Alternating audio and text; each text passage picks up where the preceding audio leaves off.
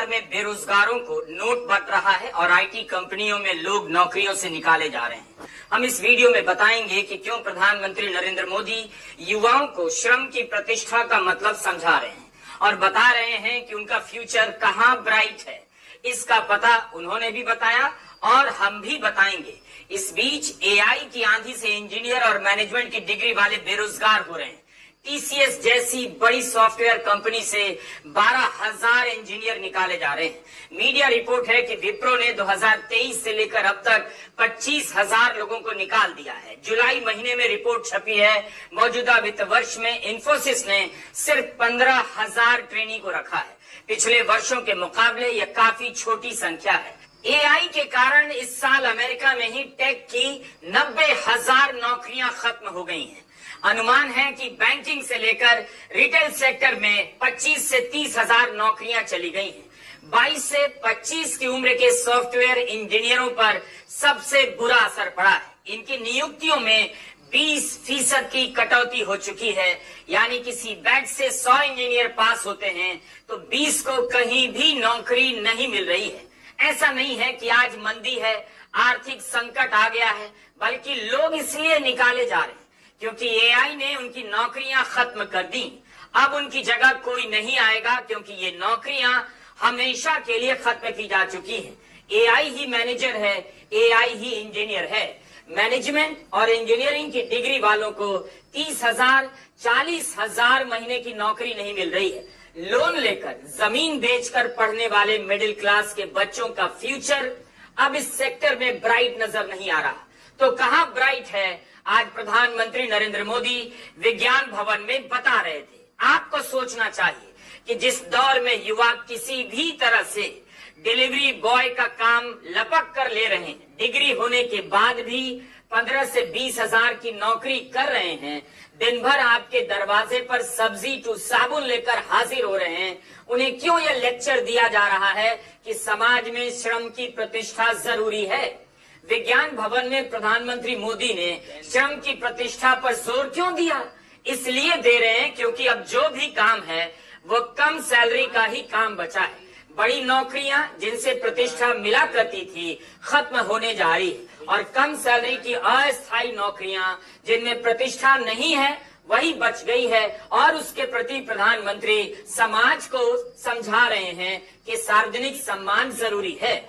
इसलिए उन्होंने श्रम की प्रतिष्ठा की बात की ताकि लोगों को बताया जा सके कि डिलीवरी बॉय में ही अब नौकरी का सुख ढूंढ लीजिए जो आईटी सेक्टर की नौकरी में कभी मिला करता था। यह भी एक ब्राइट फ्यूचर का रास्ता है। यह रास्ता नहीं बल्कि इसका ऐलान है कि भारत में अच्छी नौकरी और नौकरी से प्रतिष्ठा पाने का दौर समाप्त हो गया। भारत ही नहीं, दुनिया भर में अगर आप किसी कंपनी में मैनेजर के पद पर हैं, 10-12 साल का अनुभव है, तो आपकी नौकरी खत्म होने जा रही है और आप किसी मैनेजमेंट संस्थान में लोन लेकर जमीन बेचकर पढ़ने गए हैं, आपको नौकरी नहीं मिलेगी। उधर का रास्ता बंद होने जा रहा है और एक नया रास्ता खुल रहा है जिसे प्रधानमंत्री मोदी ब्राइट फ्यूचर का रास्ता बता रहे हैं। आपको याद होगा जब जीएसटी की दरें कम की गई तब टू व्हीलर की नई दरों के बारे में कहा गया इससे गिग वर्कर को डिलीवरी में आसानी होगी। देश के युवाओं को पता नहीं, उन्हें नफरत की राजनीति के नशे में एहसास भी नहीं हुआ, लेकिन अब सरकार याद दिलाने लगी है उनका ब्राइट फ्यूचर कहाँ है, किस तरह की नौकरियों में है।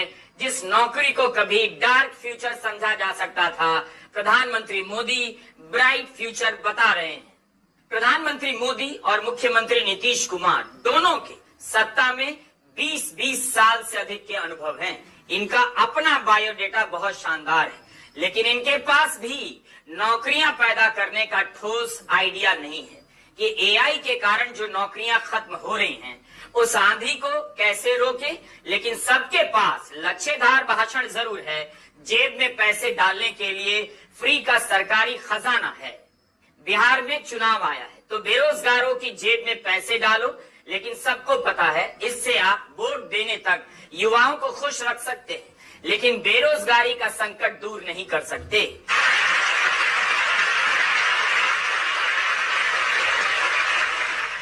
इन तालियों की गड़गड़ाहट से मत बहकिए, बल्कि नीतीश कुमार से पूछिए अगले 5 साल में 1 करोड़ रोजगार कैसे देंगे।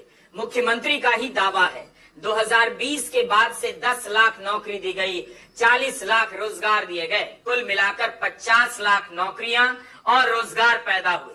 अगले 5 साल में 1 करोड़ रोजगार देने का वादा कर रहे हैं।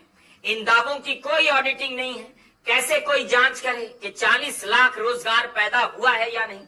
कैसे पता करे कि 40 लाख लोगों को किस तरह की सैलरी का काम मिला है, कितने महीनों की इनकी नौकरी रही है? इस देश में नौकरियों की संख्या पता करने का कोई ठोस और पारदर्शी सिस्टम पिछले 11 वर्षों में नहीं बना, जैसा कि अमेरिका और दूसरे देशों में होता है। वहां हर महीने का आंकड़ा आता है कि अगस्त में कितने लोगों को नौकरियां मिली और कितने लोगों की नौकरियां चली गईं। राष्ट्रपति ट्रंप इन आंकड़ों को पेश करते हैं, अपनी उपलब्धि में जोड़कर महीने महीने बताते हैं, लेकिन भारत में कोई आंकड़ा नहीं, बस हेडलाइन हेडलाइन हेडलाइन। 50 लाख रोजगार देने के बाद भी बिहार में हालत यह है कि 94 लाख परिवार महीने का 6,000 तक ही कमा पाते हैं। 6,000 से 10,000 तक महीना कमाने वाले परिवारों की संख्या बिहार में 82 लाख है। 10,000 से लेकर 20,000 कमाने वाले परिवारों की संख्या 50 लाख है। यह उस बिहार की कमाई का बायोडेटा है जिस बिहार में 2005 से एक ही मुख्यमंत्री हैं। नीतीश कुमार पिछले 5 साल का हिसाब इसलिए दे रहे हैं कि अब रोजगार पर बात होने लगी है।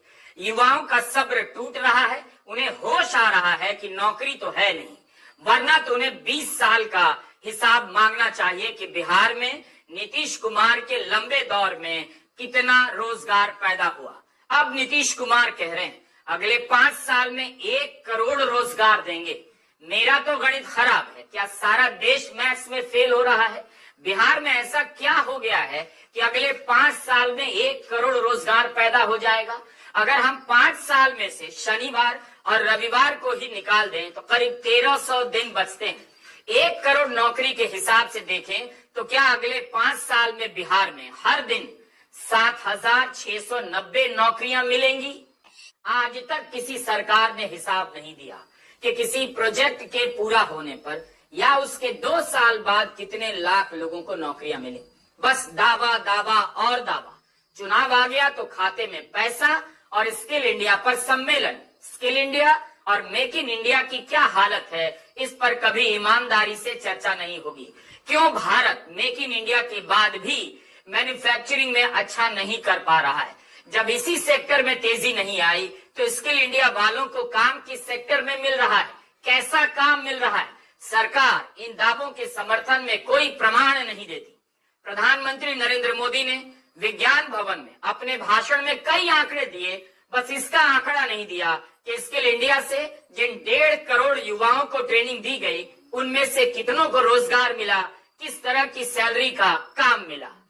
स्किल इंडिया के केंद्रों पर किस तरह की ट्रेनिंग दी जाती है, उसकी क्या क्वालिटी है, केंद्र कैसे है?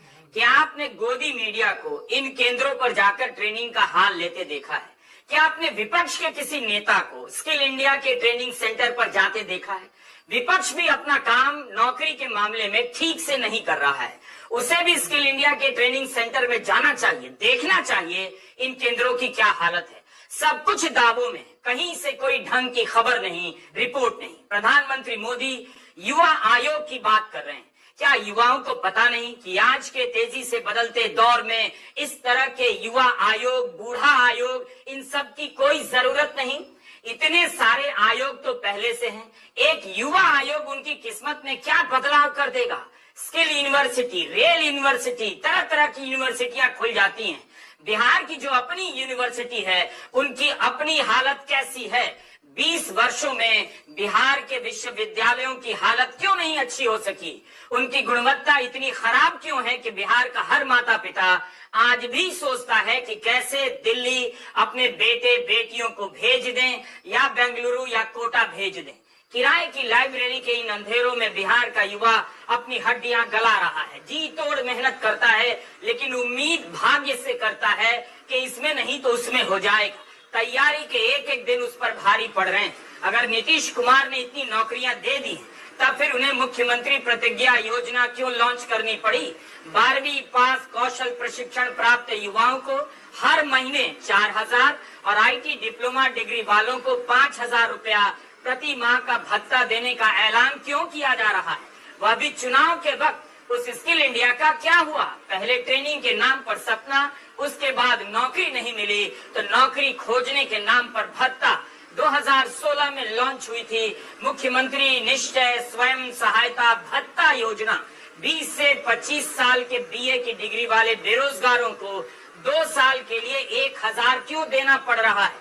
नीतीश कुमार क्यों नहीं बता रहे हैं कि इन योजनाओं से क्या फायदा पहुंचा और वो कौन लोग हैं जिन्हें फायदा पहुंचा है?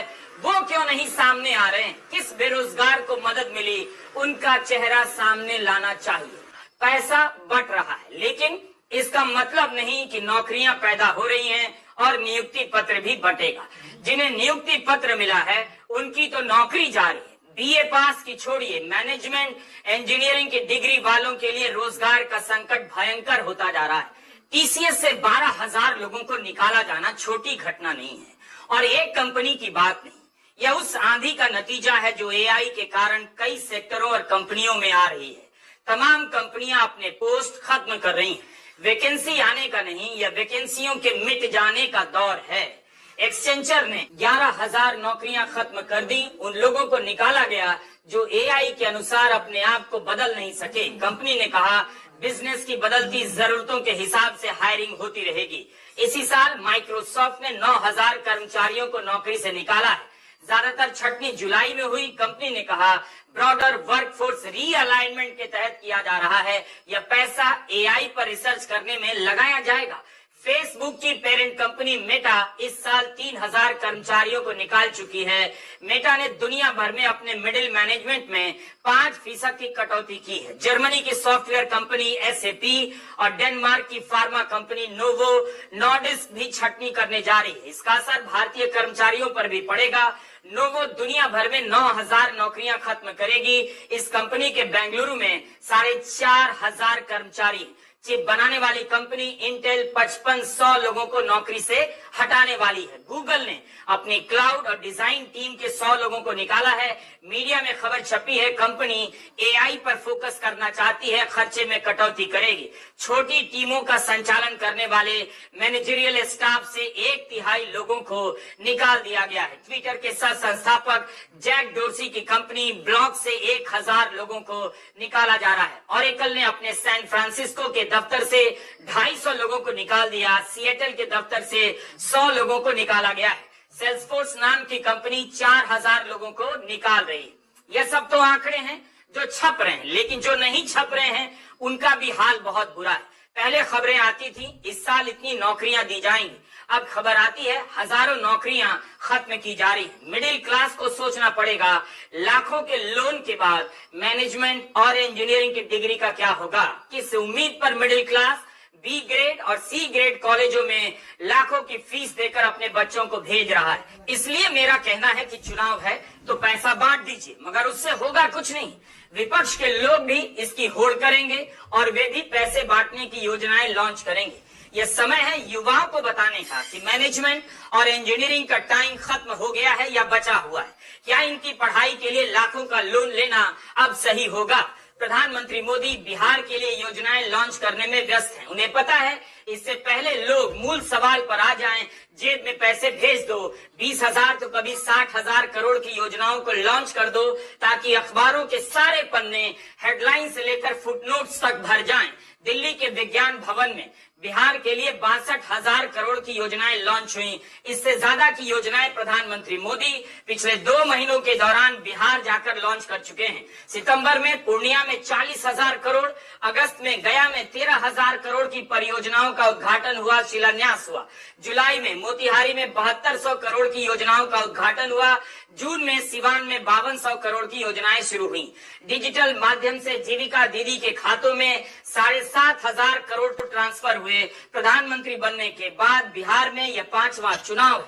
2 लोकसभा और 2 विधानसभा के चुनाव हो चुके हैं। इन चुनाव में भी हजारों करोड़ की योजनाएं लॉन्च हुई, लाखों रोजगार पैदा करने के दावे किए गए। उन सबका क्या हुआ इसका कोई हिसाब और प्रमाण नहीं दिया जा रहा। बेरोजगारों की जेब में पैसा डालकर वोट मिल सकता है, लेकिन नौकरी पैदा नहीं होगी, क्योंकि दुनिया बदल रही है, हमारे नेता नहीं बदल रहे हैं। यह रोजगार के संकट का समाधान नहीं है। रोजगार की दुनिया में जो बदलाव आ रहा है उसकी बातें जनता तक पहुंचानी होगी। आज तक सरकार नीट से लेकर एसएससी की परीक्षा को विवादों से, सवालों से मुक्त नहीं कर पाई है। हर बार इनकी विश्वसनीयता पर संदेह होता है, छात्र परेशान होते हैं, फोन कर हमसे रोते हैं और आंदोलन करते हैं। अगस्त में क्या हुआ? बिहार सिपाही भर्ती पेपर लीक के मास्टरमाइंड को गिरफ्तार किया गया। खबर आई कि बिहार के माफियाओं ने ही ओडिशा दारोगा भर्ती परीक्षा पेपर लीक की साजिश रची थी। इसी बिहार की ये हालत है कि अच्छे अच्छे कॉलेजों में बीए की सीटें पूरी तरह से नहीं भर रही। वहीं दर्जनों खबरें आपको मिल जाएंगी जहां डिग्रियां बेची जा रही हैं, फर्जी सर्टिफिकेट देकर लोग नौकरी पा रहे हैं। यह सब क्यों ठीक नहीं किया जा सका? चुनाव जीतना अलग बात है, पैसे डालकर वोटर की एडवांस बुकिंग की जा रही है, लेकिन बाजार और अर्थव्यवस्था को समझने वाले जानते हैं कि आज सरकारों के पास पैसे तो बहुत आ गए टोल टैक्स, जीएसटी के कारण, लेकिन रोजगार पैदा करने का आइडिया उनके पास नहीं है, इसलिए पैसा बांटा जा रहा है।